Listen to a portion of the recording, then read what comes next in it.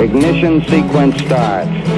6, 5, 4, 3, 2, 1, 0. Liftoff. We have a liftoff.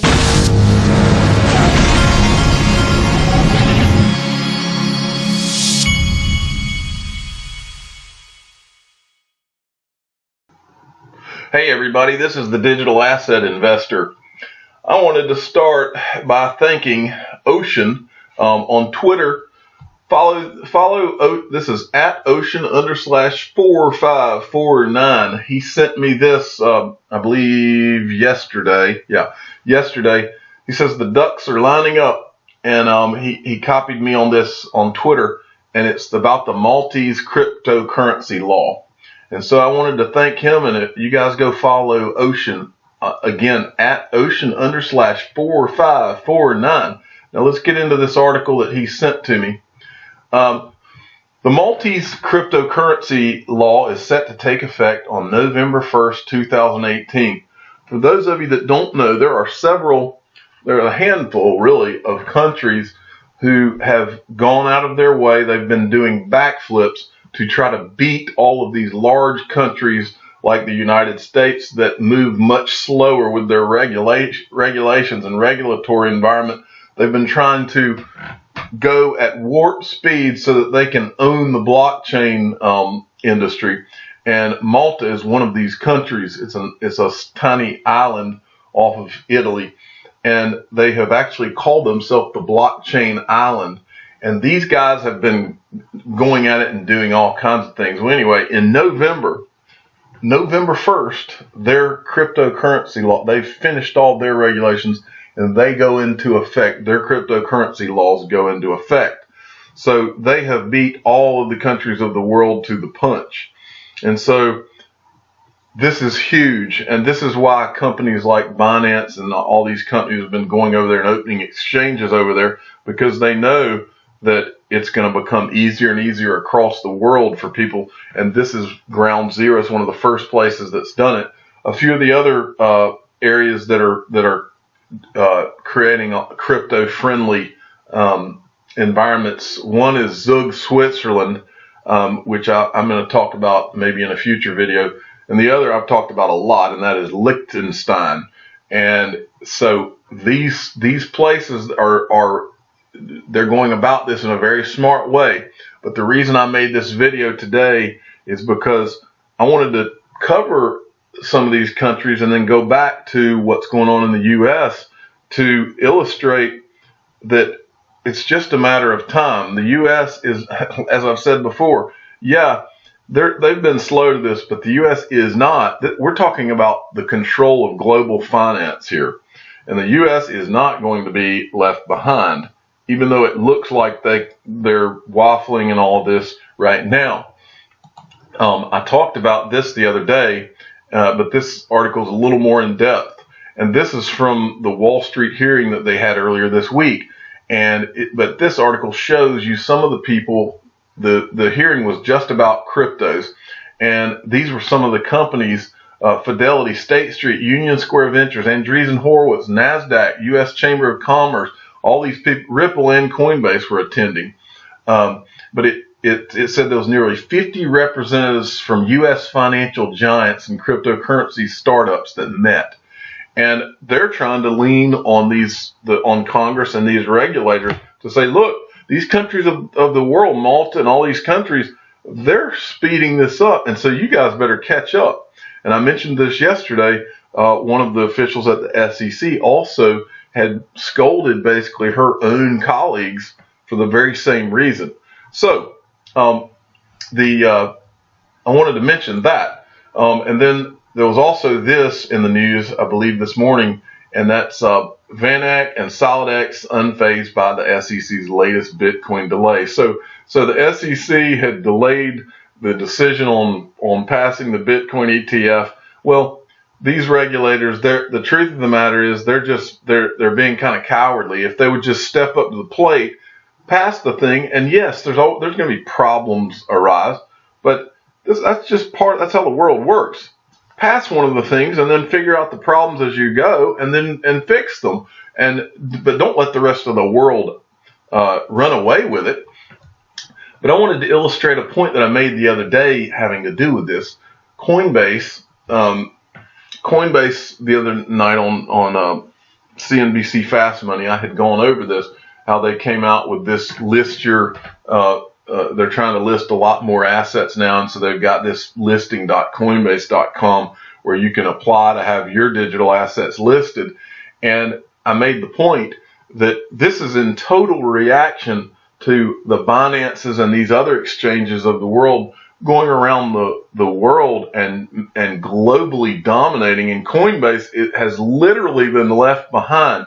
And someone has finally gotten a hold of the people running Coinbase and said, look, you guys are losing. And so, but my point in telling you this about Coinbase is the same thing is being done at the larger level with the United States, the SEC and Congress. They're being told the same thing. You guys are losing. And that's not going to be allowed to happen. And so I tell you all of this with the Coinbase thing. I pulled this article. This is when Binance, a few months back, I covered this. They had opened their Fiat to crypto exchange in Liechtenstein. And so this is the reason Coinbase has all of a sudden become open-minded, because they're getting their tails handed to them by the Binances and these other exchanges that are being aggressive. And so this is the natural response to that. Well, the point in all of this is that the U.S. government is going to do the same thing. Every government of the world is going to do the same thing. They don't want to be left behind. And so all of this is going to happen. This was another example where Binance is investing in a new crypto bank. And this is now what I really want to get into with all of you, especially the Ripple, the XRP holders out there. This is an article about how Binance, and it's an older article, but it's just to further illustrate the point that they're investing in a new Malta crypto bank. And I made the comment way back when you started hearing about banks being open, to illustrate the point. I went over, now just imagine all of those dollars or those euros or whatever that you have in your bank account, and imagine being able to go in and out from those to digital assets, and how the world will change when that happens. Well, the first country that announced they were going to do this, they opened the can of worms, and the worms can't be put back in. And so all of this is going to change the world. Well, this article is from today. Former UBS bankers net $100 million to build a crypto bank. And this is in Switzerland that they're doing this. And so I wanted to show you all this, because this is just a matter of time now. You're going to have the same thing in the US. You're going to have the same thing in England. You're going to have crypto banks. Okay. The entire world is going to change. And you as a Ripple XRP holder, you're in a better spot than anybody out there. And I want to make a point as I finalize this video. It's been a long 4 years for me, and I know it's been a long, however long you've been holding, even if you've just been holding for the last 6 months, it's felt, you felt a lot of pressure, and you felt a lot of times with the regulatory environment and the countries of the world, we've almost been made to feel like we were the bad guys. Well, I want to talk about that for a second, and I'm going to illustrate this point by talking about one of the greatest movies. I talk about the greatest digital asset XRP ever invented all the time. I want to tie in one of the greatest movies ever created, the Shawshank Redemption, because Ripple XRP holders will have their Shawshank Redemption. You will have your moment.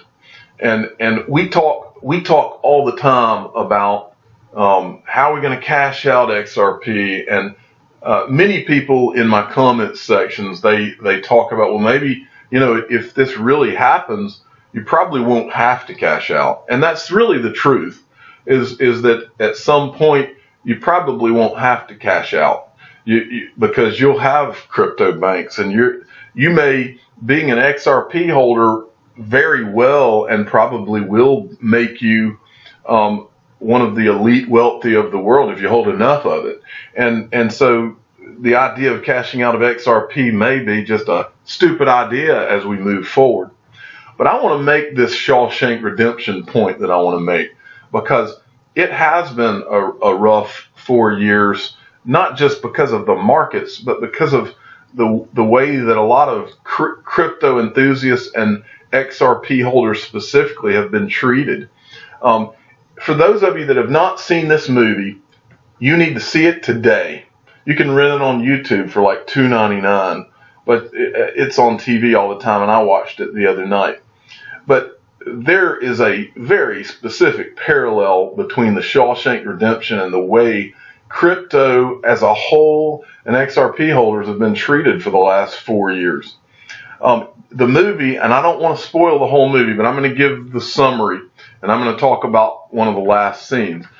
Andy Dufresne he's a banker in the movie, and he's basically falsely accused of killing his wife.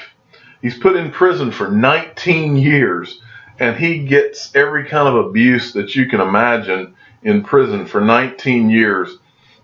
And then, I'm not going to even tell you what happens at the end, but I'm going to tell you about the final scene. There's a final scene where Andy finally gets his redemption, and he walks into a bank in a suit at the very end, and he walks in and he's going to cash out of that bank.